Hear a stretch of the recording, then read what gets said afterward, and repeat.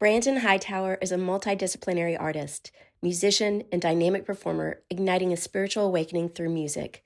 His work explores themes of identity, ancient spirituality, and collective healing.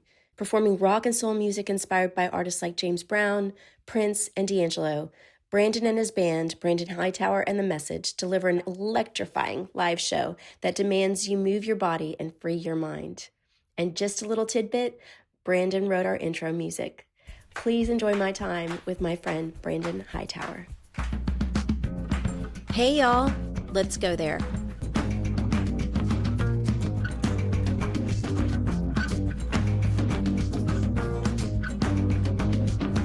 Brandon Hightower. Yes. Thank you for making the drive. Of course. Thank you for having me. Yeah, from New York by way of Dallas. I'm so excited that you're here. I want to talk a little bit about how we met. Yes. So we met through a mutual friend who's very special to me, Yemi, who's been on the podcast. Yes. We actually met in Czech Republic of all things. Yes, I know. On the other side of the world. Yeah. How did you get involved with Moonshots? Yeah. So I think you know Joanna as well. So I got connected to Yemi through Joanna Reese. Oh, I didn't know that. Yeah, Joanna's a friend. She's been on the podcast as well. I noticed her episode. Yeah. So I used to work with Joanna at West. Oh, okay. Wow. Okay. Worlds collide. 100%. So I ended up leaving West in 2023. But I told Joanna, and this is kind of part of maybe a longer story that I'll get into as to why I left West. And that was kind of part of my kind of music journey and kind of a spiritual searching that was kind of going on. But Joanna, being the amazing person that she is, I kind of told her what I was looking to do, and that I'm interested in making music and kind of trying to figure things out in New York. And she was like, "Oh, there's this guy Yemi who's amazing. You should meet him. I'll set it up. I'll connect you all." And I think Yemi had recently moved to Brooklyn at the time. So yeah, just through that connection, I ended up meeting Yemi at his apartment. We had a great conversation. And then he invited me to come to the Moonshot camp. I think it might have been 2 weeks before the camp or something like this. Oh my gosh. It was like really last minute. I'd never heard of it. But he was like, "Oh yeah, we're going to be doing this thing in the Czech Republic. Come out." So it was kind of quick and a fast turnaround. But I'm so glad I did. I feel like I've been kind of enriched in so many ways through being kind of a part of Moonshot, and then going to multiple camps, meeting all the mentors, including yourself. So yeah, that's how I ended up in the Czech Republic. Wow. In the Moonshot camp with you. Yeah. And I just remember thinking, wow, who is this guy? He could be a model. Your presence. I mean, you're tall. For those that aren't listening, how tall are you? Like 6'1", 6'2", something like that. You're tall, your presence, you're stunning. You have great style. And then we're sitting at this table outside of Ostrava. Yes. In what feels like some mountain hideaway. Yeah. And you start to tell us about your music. Yeah. And then all of a sudden you start playing for us the music that you have yet to release. Yeah. I just remember losing my mind, Brandon. I was like, I was instant fangirl, and I was like, "Oh my God, Brandon, you are going to be huge. You are like the next Prince." Like, I lost my mind. And I think you were tickled by my reaction. I don't know. But we all just went nuts. The music was so good. Is so good. Thank you. Yeah, I remember that. It's so funny too. I think the camp was moving so quickly and there was so much happening that I really hadn't, people knew that I made music, but I didn't have really a chance to share it. I didn't sing anything. So I don't think people really knew. So it was the last day after a lot of the campers had already left. I stayed an extra day because I wanted to see Lenny Kravitz perform. Oh, that's right. Yeah, we were kind of winding down. Exactly. So I stayed to see Lenny Kravitz, and then we were winding down that last day. And I was like, "Hey, you guys want to hear my music?" And you're like, "Yes, of course."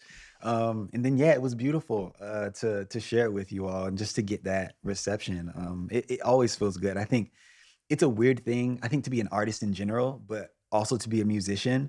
Because I'm just all those songs started off as literally me humming something in my head, and then I'll make a demo in my room, but they just feel so kind of, in some ways, humble, or they feel just like something I made up, So to have people validate that or feel something from things that just came from my head is always really beautiful. It's a blessing. So I'm just glad you guys liked what you heard. Yeah. Oh Yeah. my gosh, I have so many questions. I Yeah. wanna I wanna get into your process, and I Yeah. also wanna get into I wanna stick a pin in the feel something because I definitely felt Mm, something, and I was like, "Oh, there is mm, something bigger at play here." mm, But tell me about how you would define yourself right now, Brayden, because mm. gives me a lot of joy to hear Yeah. you talk about yourself as an artist, as a musician. Mhm. And I feel like you, to your point in the story that you told about Joanna, you were in transition. Like Yeah. we were literally catching you at the beginning of this transition. Yes, 100%, 100%.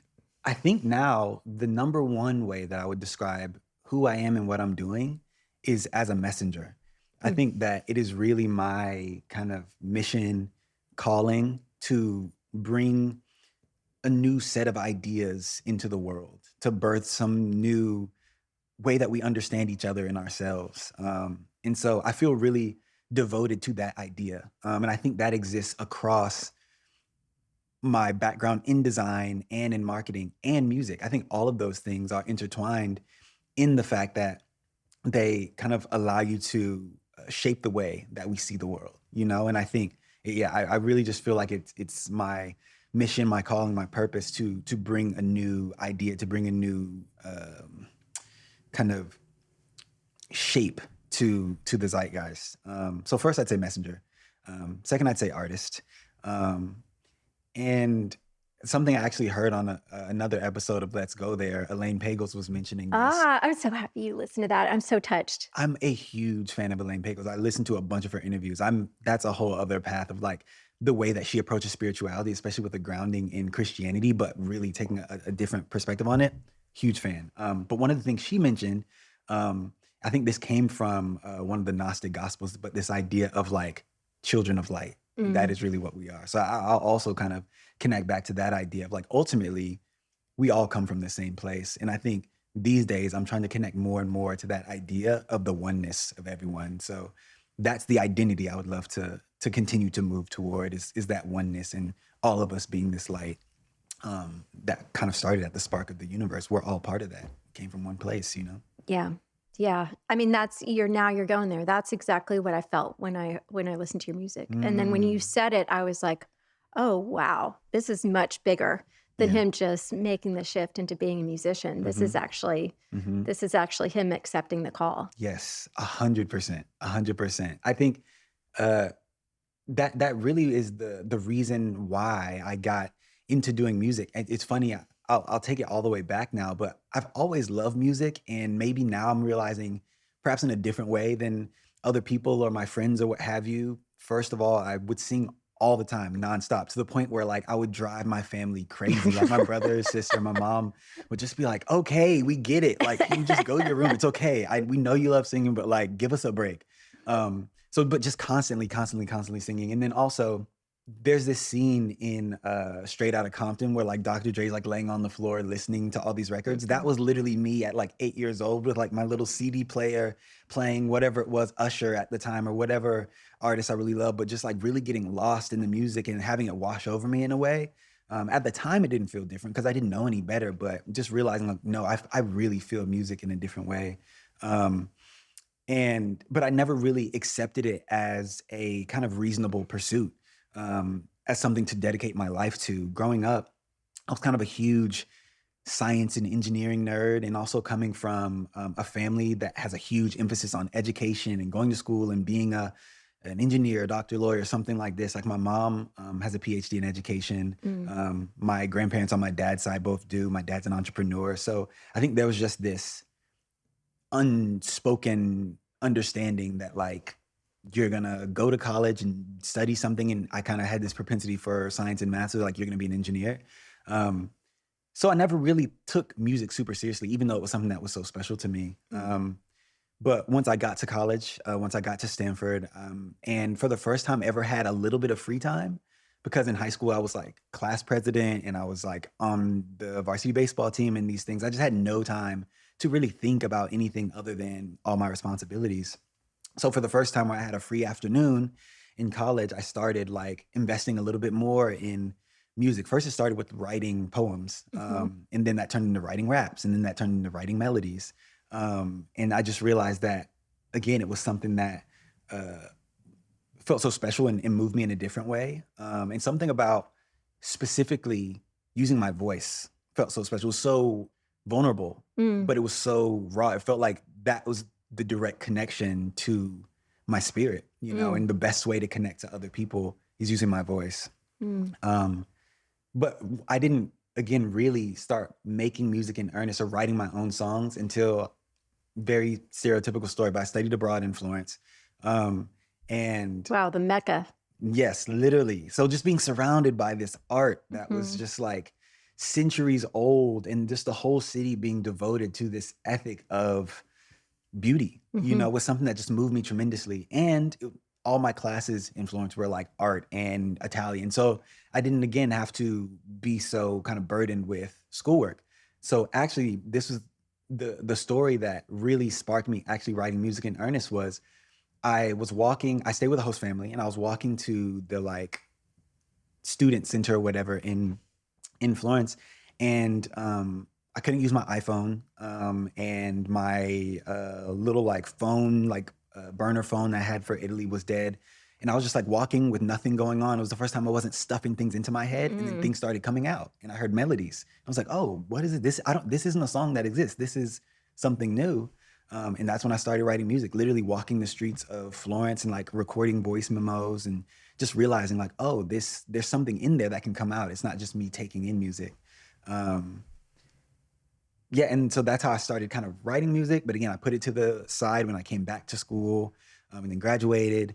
I studied product design, so then I started doing UX design, working in marketing, and I would say that I've always been kind of a utopian thinker, like someone who believes in the possibility of creating some world that is better, like the things that we see in these sci-fi movies of, Yeah. of potential utopias. And I always thought that it was going to be technology that did it. I was in Silicon Valley working in tech, and I thought that the right technology would finally take us there. But working in the mecca of the tech industry, I realized that inevitably the kind of mechanics of industry and capitalism are going to take over, and like the best laid plans of mice and men, the best intentions of these founders that wanted to make this kind of wholly um, positive and beneficial technologies will eventually be corrupted, and I think I got really disillusioned with all that, and realizing even in marketing that it was my job to convince people that this thing was the next big thing, even though I didn't believe it myself. So I think that dissonance um, really started to weigh on me after a while. And on my 30th birthday, I decided to leave my job, and pursue music full time with no real plan outside of, I know this thing means a lot to me, and I just have to follow this impulse. I have to heed the call. Yeah. Oh my gosh, I have so many things to say. One, I wanna say, is it possible that technology actually is impacting humanity in a positive way because it Hmm. sparked you to leave it Interesting. Oh, I love because that you were idea. dissatisfied with it? Yeah, yeah, And yeah. is it possible that as things start to over-index towards AI, over-index towards technology, Hmm. that the things that are most valuable and most Hmm. precious Yeah, are the arts yeah. because they Hmm. can't be truly replicated in the same Yeah, way? yeah, yeah. I love that idea. I think what it reminds me of is this idea of balance, right? And it's like Yeah. if we push very hard in one direction, in this super tech AI, that direction, I think there's a principle of balance where we have to counter it on the other side with things that are very human, that are kind of very artful and beautiful. So you're right. Maybe pushing in that direction made me aware of the necessity of countering that with art on the other side. I Yeah. love that. And so how did you get the courage and what was the support like around you when you made Mm. that decision? Ooh. Um, Because that's a bold move for the son of educators and entrepreneurs and yeah, definitely. especially the model kid that you were, it sounds like. Yeah, yeah, yeah. It definitely was a bold move. I will say I do have a history of uh quitting jobs to take a break. So I've done it one other time. Okay. Um and just needed it was like creating my own sabbatical, I guess. So I'd done it one other time, my first job out of college, and then ended up finding West after that. And so my parents were really upset the first time I did it, less so the second time. They're like, okay, you'll figure it out. Yeah. So they were supportive. I don't think they understood really. And they hadn't really heard any music that I'd made. So they were just like, what? Like, what are you doing? Wow. Um, so I think they were cautiously optimistic. Um, my girlfriend Daryl was very supportive, Yeah. and we had a lot of conversations about it. And I think she definitely understood and kind of helped me with kind of thinking through that process.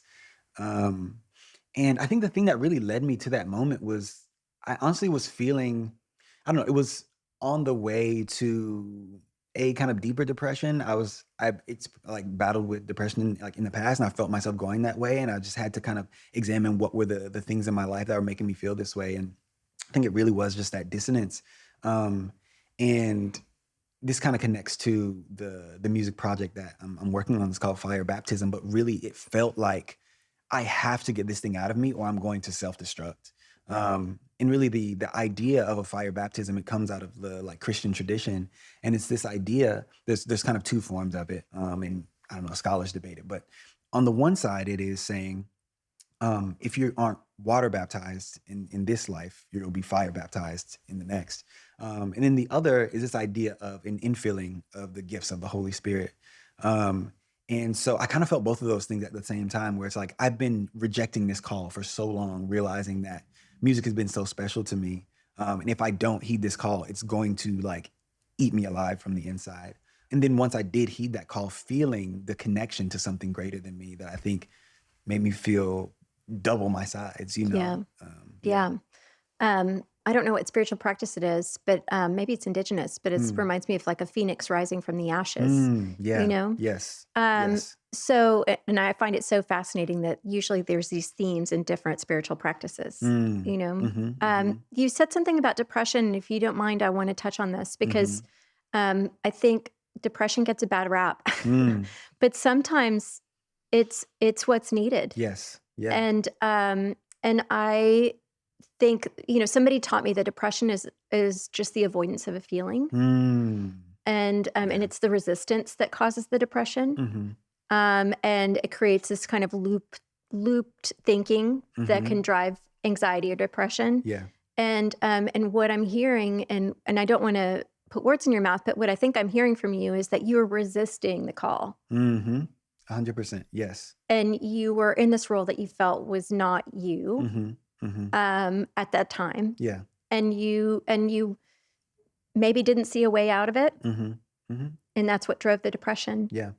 Um, Mhm. and the other thing that I've heard about depression, which is super fascinating, Yeah. is that once you let yourself feel it and Mm. you're really in it and you feel all Mhm. the emotions of it, that I've been told by some professionals that people actually miss it when it's Mm. done. Oh, interesting. Isn't that funny? That is very funny. Yeah. I don't think. Because you're in your feels. Yeah. Oh, for sure. For And sure. Yeah. and if I had to guess, I mean, you hear of a lot of artists, some of their Mhm. best work. I mean, Mhm. Picasso's Blue Period, Mhm. or many musicians have written incredible Mhm. catalogs of work Yeah. while depressed. Yeah. Yeah. Yeah. Yeah. Um, Definitely.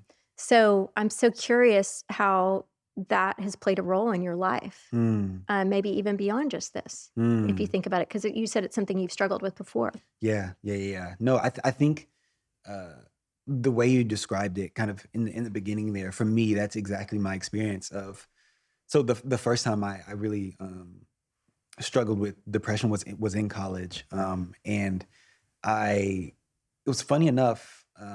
After I got back from Florence, I'd had this beautiful kind of awakening experience, and then I get back to school, and I'm back in my engineering classes, and just something didn't feel right. You know, at the Hmm. time I was studying physics, but knew that I wanted to do more than just do problem sets and work on math and science and be in the basement of this physics building and not really interacting with people. After having this peak experience where everything is about interacting with people and everything's about interacting with beauty, and I just didn't know what it was, but something it just didn't feel right, you know? And I Hmm. think for me, maybe this is connected to being an artist, but I know that um I feel like I have a very strong like connection to my like subconscious. Mm. And often there are things that my brain is like wrestling with under the surface that I don't have a direct connection to, but I know there's something happening. And often in the moments, like in that moment in particular, it felt like there was a deep wrestling happening that I couldn't Mm. see. It was like under the surface, like Yeah. something really tumultuous, but it was just exhausting me. That's It's how exhausting. it felt. Yeah, because the resistance of it Yes. is what exhausts you. Exactly. I can so relate to this feeling of the wrestling. And I think I've actually said, I've described it as my head and heart being in battle. Yeah. And Yes. I too went through my first really deep, dark depression in college. Mm. And it was on the heels of my finding out that I wasn't going to graduate. I thought I was going to graduate, and I went to go see my advisor, and it turned out I needed like a whole other year. Oh, wow. And I was already like up to 200 hours, you know, almost double the amount of hours required to get a degree. I burned up 120 hours plus in architecture school that was basically all elective. And I was working multiple jobs, just trying to make ends meet. Wow. And I just had that feeling exactly of what you're describing of this does not feel right. Like I'm not thriving. I'm miserable. I really want to be done with this. And I was so afraid to quit. You know, I was so afraid to leave. Yeah. And I really isolated myself and I felt like a total failure. But the second I made the decision to leave, it was like a weight was lifted. Yeah. The wrestling stopped. Yeah. I just accepted it. And then my career friggin' took off, you know, and what I always perceived would be a limitation actually ended up being my superpower because I felt like I had to out hustle everybody. And I had to work harder and I had to earn my space and I had zero entitlement, you know, if anything, the opposite. Yeah. So I was denying what my intuition was telling me. I wasn't listening to myself. To your point, I too love music and I fill my ears with music and podcasts and books and it wasn't until very recently in my life that I discovered the power of stillness. To be able to hear from your higher self or guides or whatever it is that's trying to come through. Yes. Okay, so I want to talk about this because you mentioned it in Florence and you mentioned it just now. Yes. How do you make time for the stillness or the silence or whatever it is? How do you make time to connect to yourself, source, whatever you want to call it, to come through, whether it's in music or when it's guiding you? Yeah, that's a great question. I'm someone who naturally needs a lot of alone time. But I found that I'm not always the best at giving it to myself, you know? I think especially recently as I'm getting older and I have more responsibilities, and I've now like moved in with Daryl and things like that. It can be harder to find the space and not even, it's like who said that? I think Steve Jobs said this, but like prioritizing is choosing between two things that seem like great options. And it feels like that. It's not like I feel burdened by spending time with my friends or with Daryl or talking on the phone to my family. All these things feel great, but I have to also prioritize alone time to really be able to feel fulfilled and feel a connection to my guides, to the stillness, to the things, my higher self. So I have to be very intentional about creating that time, creating that alone time. So there are a few things that I do on my best days. I wake up an hour before, you know, I want to start working, maybe 2. I'll meditate for 30 minutes. I'll journal, and then just kind of spend some time in silence. But that's on my best days. This is only maybe a few times a week. But in general, I'll try to at least spend 30 minutes of alone time. That can be with the guitar and kind of just messing around with things or making some music. But yeah, I try to set aside some time to really sit with the stillness, to journal and kind of connect to my higher self. Yeah. Have you ever done a silent retreat? No, I really want to. I've never done it. I've done 2. Really? I feel like it's something that would be very powerful for you. I'm so curious what would come up. The thing about a silent retreat, though, that most people don't know is just because you're in silence doesn't mean that you can read. You can't read. You can't journal. Oh, wow. You can't listen to anything. Oh, wow. Because you're actually creating silence. And so it can be a challenge because it's not the typical silence when we think of silence. It's like true silence. Like no inputs. No inputs. Wow. You can't even journal. Yeah. Wow. Yeah. That's tough. It's tough. But man, if you were able to receive what you received on a walk in Florence without your phone, I can't imagine what would happen Totally. to you on a silent retreat. I'm so curious. Totally. Yeah, that honestly sounds amazing. I'm so curious. It sounds a little intimidating as well. I Yeah. can't Oh, it lie. is. But it sounds really amazing. Yeah, I think one of the things I've realized kind of since that Florence moment is like I have kind of a loud, pushy subconscious a little bit. So the same with like writing music, like melodies will come in my head or like little beats or lyrics or whatever. So I think having the total isolated time to just receive, oh man, that sounds Yeah. like a dream. It sounds like a dream. And there's an arc to it. So they typically say if you're going to do a silent retreat, you want to do a minimum of 3 days. Okay. Wow. Ideally, you want to do 10. My first one was 7 and my second one was 10. Wow. As I was flying to my first one, it occurred to me, Brandon, that at the age of almost 50, I had never been alone for that long. Wow. Wow. And I had never traveled by myself. I mean, yes, I'd done business travel by myself, but there was always someone ready to receive me on the other side. Totally. That I was meeting up with, whether it was a customer or a team member. But this was literally going to nothing and not going to be with anyone, for 7 days, eventually 10 days. And I was like, oh my gosh, how am I going to respond to this? Yeah. The other thing that was super interesting, and someone warned me about it, was they said the voice in your head's going to come after you. And it's brutal. Was that your experience? Both times. Wow. And there comes a moment where it breaks. Okay. And that's the turning point of the retreat. And I think that's why they say ideally you want to do it for 10 days and a minimum of 3, because you want to get to that point, where the voice breaks. Okay, so tell me more about that. When the voice breaks, does it go silent or does it become nice? Like what's the shift? It goes silent and it makes space for something else, whatever that is. So for me, what the break looked like on the first one was it gave me a very powerful message. So I went into the silent retreat feeling like a failure. And the voice inside of my head was telling me, you're so self-important. You have such a big ego. You think you can take all this time away from your family. Your family needs you. You should be with them right now. You're so self-indulgent. It's all about you, like really coming after me. You're a narcissist, all the stuff we see all over Instagram, right? And then when it finally broke, and it was like, you're a failure, you failed your family, you failed it. And then when it broke, it was like, oh, holy shit, this is not your life's purpose. You are not in your life's purpose. And everything is being stripped away to make room for your wildest hopes and dreams, which is to be in service of humanity. Wow. And you've known that since you were a little girl. Wow. So that was the message that came through. And then it was like the world went technicolor. It was like I was suddenly on shrooms. Like it was like colors were super vibrant. Wow. I was seeing things in nature I'd never seen before. I mean, I was in a place in Mexico that I'd visited 30 times, and I was seeing birds and fish and insects that I'd never noticed before. Wow. And then it was just bliss, like complete and total bliss.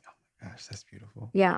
That's beautiful. And the first one happened, the break happened faster. The second one was a completely different experience, and it was almost the last day. Wow. And so it was like a rough wrestling. And I was in a depression during the second one. So that was part of it too, which made it a challenge because I was fighting it. Yeah. But by the end of it, I got there, but holy smokes, it was a rough one. Wow. Yeah. So do you find, are silent retreats then something that you kind of use as a tool for finding clarity, like in certain moments? Yeah. I started out by doing digital detoxes, so not unlike what you experienced in Florence, even though it was unintended. And then right before, I guess at 48, I did my first silent retreat, and then I did my second one right before my 50th birthday. And I didn't do one this year, and I'm missing it. So I absolutely think that it's a powerful tool. I'm definitely going to say out loud, so hold me accountable, that I'll do it in 2026. Okay. Because it is a super, super powerful tool. And I don't have the talent that you have, so I can't imagine what would come forward for you.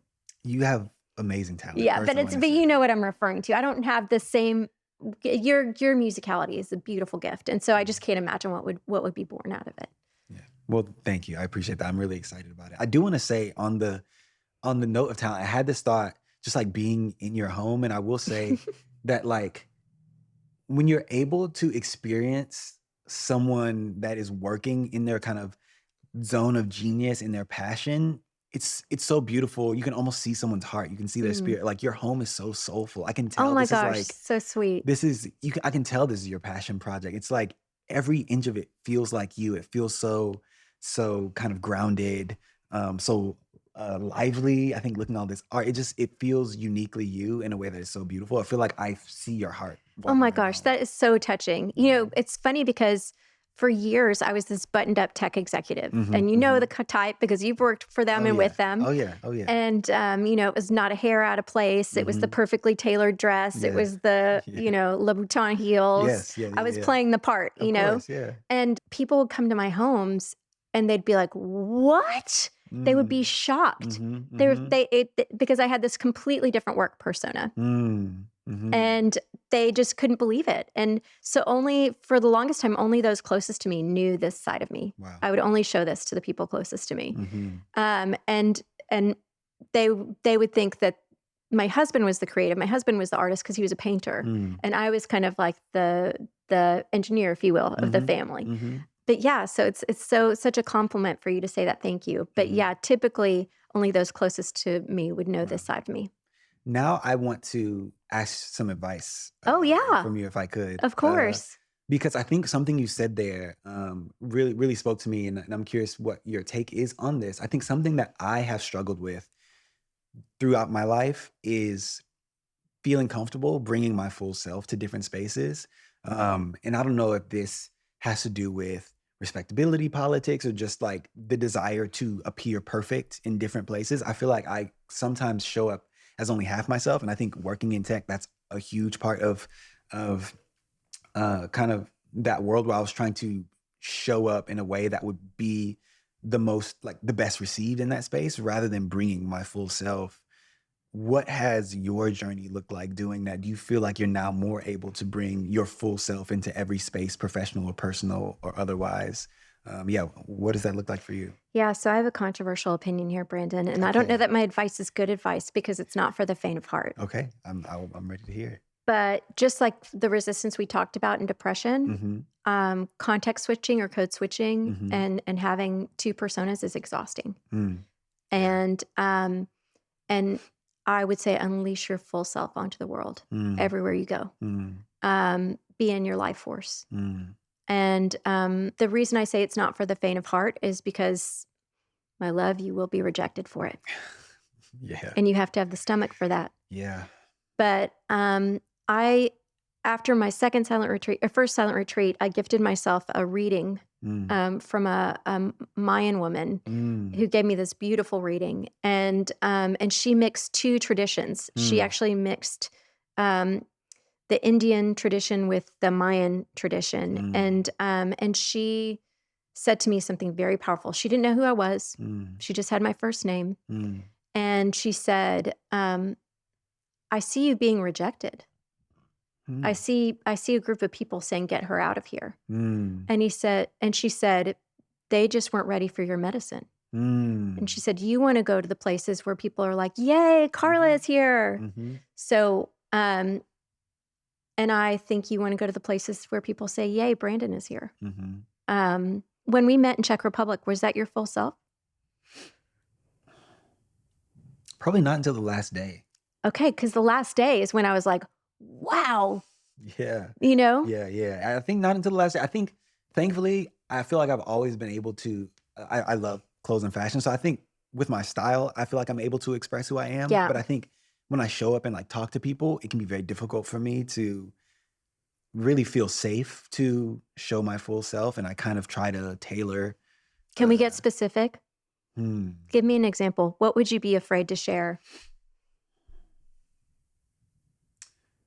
so many things. I think for one, I would say like I feel like sometimes I can be a bad conversationalist because maybe steer away from conversations that I'm really excited about. Like I wouldn't bring up spirituality with everyone, but that's one of the main things, my special interest that I'm like focused on. I study pretty much. I'm a huge YouTube head, and everything that I watch on YouTube is pretty much like spirituality, whether alternative spirituality or new perspectives on Christianity, and music. And that's it. But like, I feel like I don't feel comfortable bringing those things out. And I even, sometimes people that I really connect with that are very spiritual, I start to almost feel afraid when we're in conversation speaking about those things, because it feels like, oh no, this isn't an acceptable conversation to be having. But it's like, that's the only thing I really want to talk about. So it's things like that where I'll play the game, or I'll talk about the weather, or You'll do the small talk I'll thing. do the small talk thing, which I'm not very good at, you know? I get you. That's a small example, but it shows up in a lot of different ways where, yeah, I don't always feel comfortable. What are you afraid being of, Brandon? What's the worst that could happen? Now we're going there, I guess. Being rejected. I think that is the number one thing. I think that's the kind of safety that I'm seeking, is being accepted. And I think this goes back to, for me, just as a child, being a little bit nerdy, not a little, a lot nerdy, and being with other kind of kids my age, other guys my age, being around my cousins and things, where it just was like, he's just a little bit different. Like, you know, that was just a perspective on me, but I would just wanted to be accepted. I wanted to be one of the guys and one of the kind of other kids, but there was just always something that felt a little bit off. And so to counter that, I feel like I've been trying to curate a version of myself that feels acceptable, probably since middle school, rather than being my full self and attracting people who are interested in the light that I'm shining.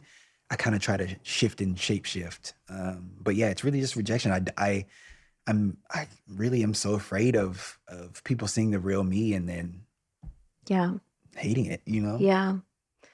What if I told you it's the thing that makes you a little off, that makes you the most beautiful to me and to others? And that will attract the right people. Yeah. And maybe turn off the wrong ones. Yeah. And that by shape shifting, you're just keeping the wrong ones in your orbit. Yeah. If you're accommodating them. Yeah. Right? Yeah. You know this because of your time in marketing and in design. You either stand for something or you stand for nothing. Yeah. 100%. 100%.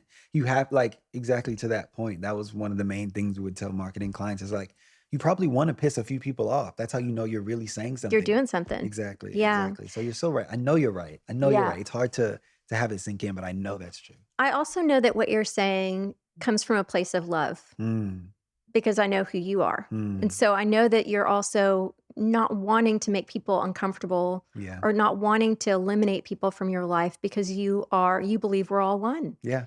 And so you want to feel that level of connection with everyone. For sure. So you don't want to push somebody away. Yeah. So I also know that rejection, that fear of rejection is rooted in something different, which is you actually don't want to reject anybody yourself. So I think the bigger question is, are you afraid of rejecting somebody? Yeah, I think that's it as well. Both being rejected and potentially alienating someone else. Yeah, I think that's part of it. Yeah, for sure. I've talked about it before on the podcast, but it's a really beautiful concept that my coach taught me. And that is in the Jewish faith, in Judaism, they believe that humility is taking up your God-given space in the room. And that took me a while to understand. Like, what does that mean? And what that basically means is, I'll give you an example. I hate posting my face on social media. Like, I hate it, Brandon. I don't want to do it. Yeah. It's just uncomfortable to me. But apparently that doesn't come from a place of humility. That comes from a place of ego. Because I'm protecting myself. Right? I don't want to be rejected. Yeah. I don't want to put myself out there in that way. Wow. And so so I'll remind you that bringing your whole self is actually humility. Because the ego isn't involved. It's counterintuitive in a way, but I understand it. And I think that's absolutely true. Yeah, I mean, what it brings up in me is the idea that, like, the ego isn't just about being boisterous, you know? I think ego is also on the other side, the fear. That's also ego. Yeah. You know? So I think it definitely resonates with me that the true humility is just taking up, like you said, the God-given space, right? Like to bring your full self rather than shifting it around, like that is egocentrism. So yeah. Yeah. And I'll tell you, having kind of starting to do that late in life, crazy hair, not going back to a big tech job, living this kind of unconventional lifestyle, going on all these crazy, ridiculous adventures, just kind of bringing my whole self to life, has started to attract people like you and amazing people like Yummy and others in my life that I couldn't have possibly imagined would have been in my life. Totally. And had you met me, Brandon, 5-10 years ago, you'd probably have no interest in getting to know me, if I'm being honest, because I wouldn't show you who I really was. You wouldn't be able to see my heart. You think, oh, that's just another tech executive. Wow. That's so true. It's funny. I noticed your hair as well. And I wanted to mention, I was going to ask, did you always kind of wear your hair kind of naturally curly? No. Wow. I did when I was young. Somebody that I love and admire very much and I worked for early in my career, like I was probably 26 years old when he said this to me.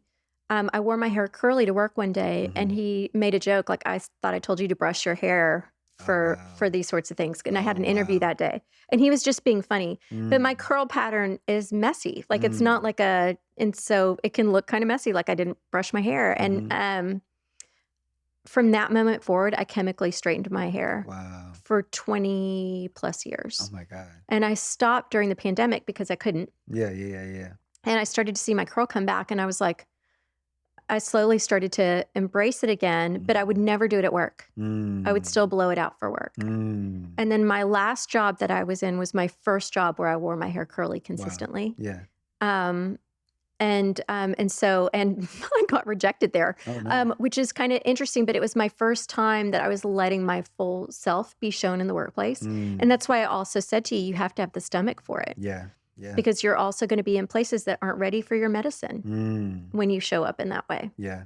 And there are going to be people that aren't ready for your medicine. They aren't ready for the message. Yeah. And that's okay. Yeah. But then it's going to also bring people like Elaine into your orbit. Yeah.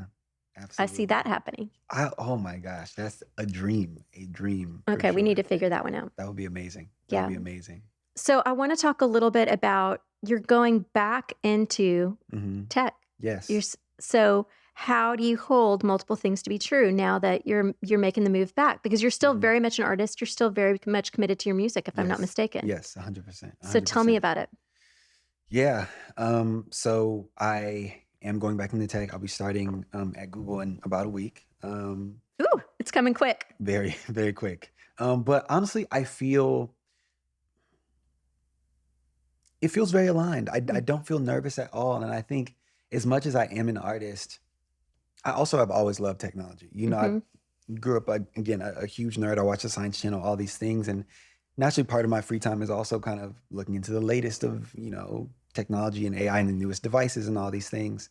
So it feels very natural for me to be in that space. I think the reason I asked you the question earlier of like, have you found a way to bring your full self into these spaces? Because that is my focus for this next kind of foray back into the tech industry is I want to be 100% me in this space, even though I'm going here. And if that doesn't work, I'll go somewhere else, but I want to stand on that.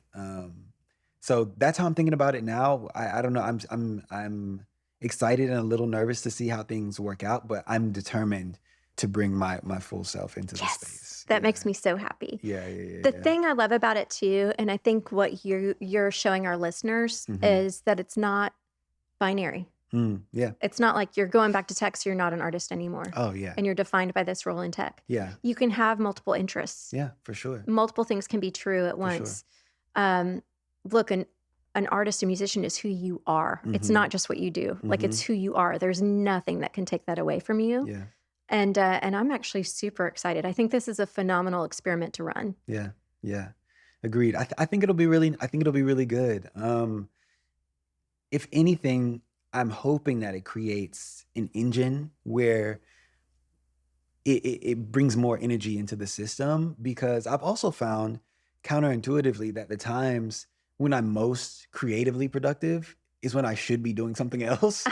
And so I think having the time that pulls me away from music a little bit, it just creates an even stronger kind of rebound into wanting to do creative things. So that's really my hope, that it creates this system that is kind of, reinforcing and brings more energy to this system, because as I'm in the office, I'll be thinking about being home and writing a song. And then when I finish that song, I'll be thinking about technology again. And hopefully it just is all building on each other. So that's my hope. That's what I would love to see happen, in addition to concerts on the nights and weekends. Yeah. Yeah. Yeah.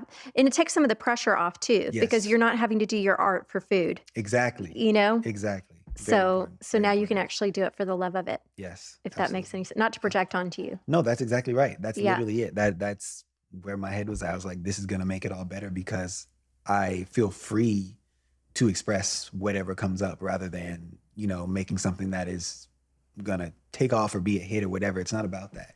I can just feel free, express, and make music the way that feels good to me. Yeah. Yeah. Okay, so I want to spend a little bit of time talking about how your parents raised you, Mm. because I see like an incredibly strong, soulful, creative Black man in this world that's modeling modern masculinity. Like I see so many cool things. Mm. So I'm like, what? I need to know your parents' secrets. Now, I also hear that you were different. I get that. I mean, you're kind of born into this world as a unique soul. Yeah. But was there something about the way in which you were raised or your upbringing that you think enabled you to be who you are today? Mm. So many things. I want to try to pull out specific examples or instances, but really so many things. I think my mom modeled consistency, modeled responsibility, dedication, devotion, modeled kind of moral uprightness. I think I was raised by a single mom. Oh, I don't think I knew that. Oh, well, yeah, yeah. Okay. So That's big. Yeah, 100%. So in the house, it was me, my mom, my brother and sister. I'm in the middle, so I have an older sister and a younger brother. And so we were in church 3 days a week at least. My mom sang in the choir when I was growing up. So very much a musical household in that way. And what denomination? Baptist originally, and then we kind of shifted into like a non-denominational Pentecostal adjacent church later on. But yeah, we were in church 3 days a week at least, from choir rehearsal, Bible study, and then kind of church on Sundays.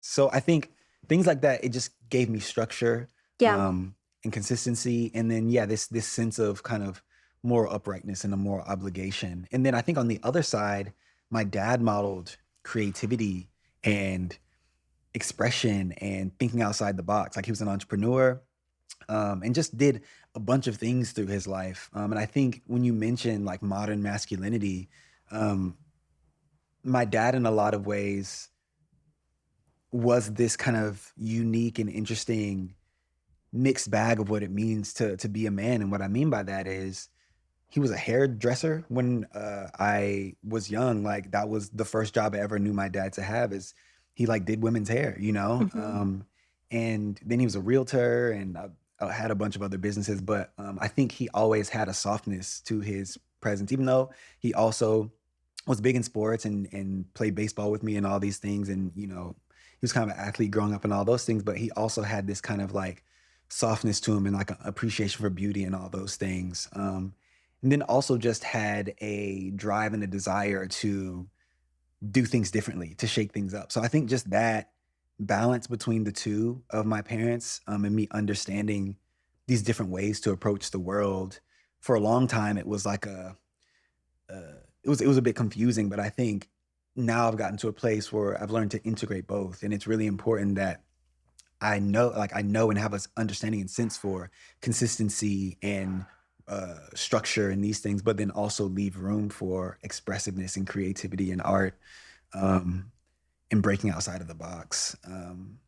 So I think that's a lot of it. I don't know. I give credit to my parents. I don't know how much they knew what they were doing. They were kind of going for it. They Yeah. had, especially me and my sister, pretty young, but I commend them. I don't know. I think being a parent is one of the most beautiful and hardest things ever It in is the so world. hard. I can No only one teaches imagine. you, Yeah, right? No one exactly. teaches you. Exactly.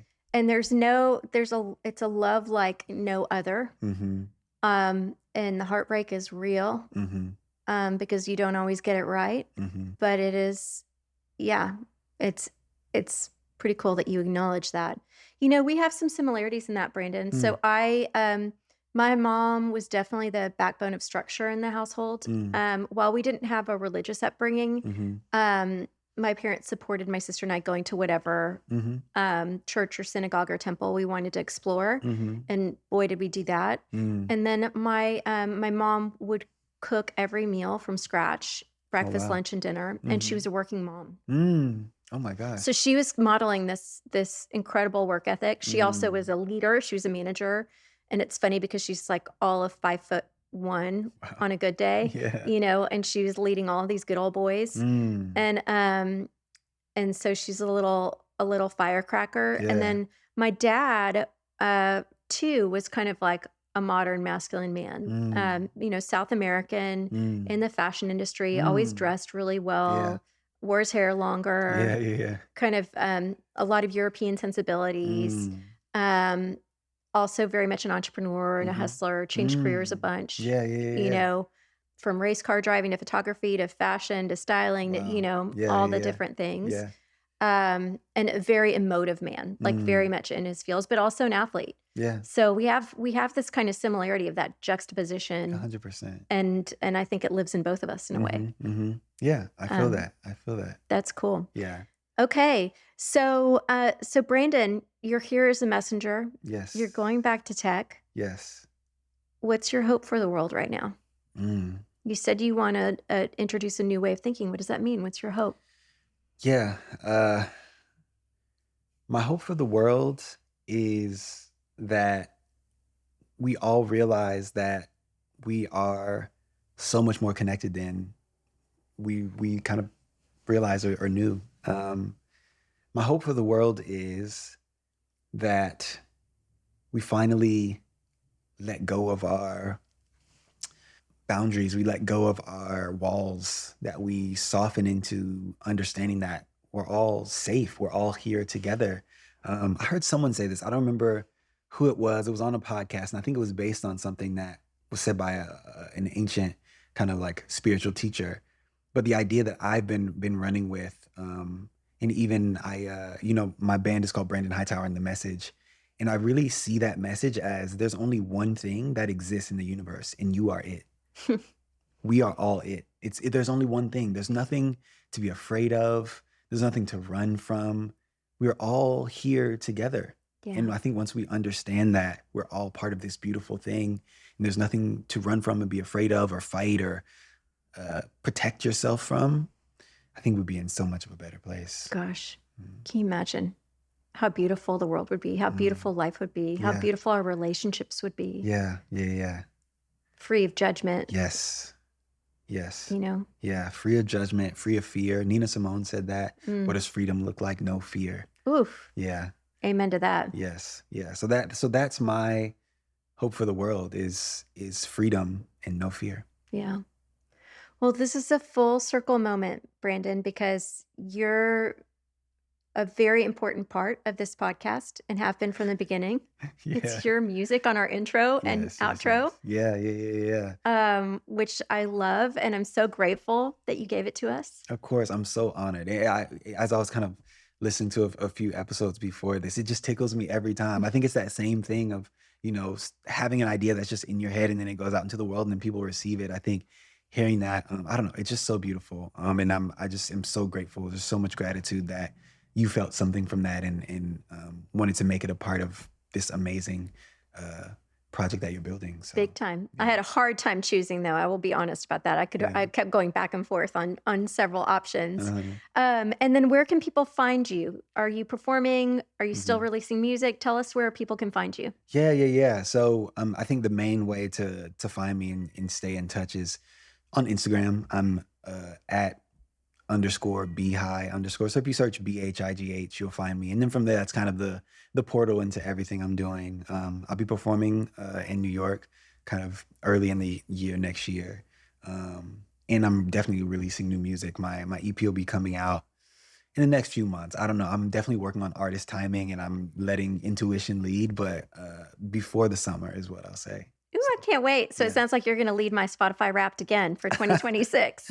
I hope so. I Yeah. hope so. That would be Well, great. I'm super excited. I can't wait to see you perform live. I mean, Yes. obviously, I've seen you perform acoustically live in our Yes, home. yes, Thank you yes, for yes, that. yes, of course. But I can't wait to see one of your shows. So you got to keep me posted. I'll come in for that for sure. Definitely. I'll keep you posted. And we got to get you to Austin to do some live Yes. performances. Oh my gosh, a dream. I Yeah. got to do it. Yeah. Yeah, for sure. Well, I'm wishing you so much luck. I'm here for you in this next chapter. Okay. Lean thank on you. me. All right.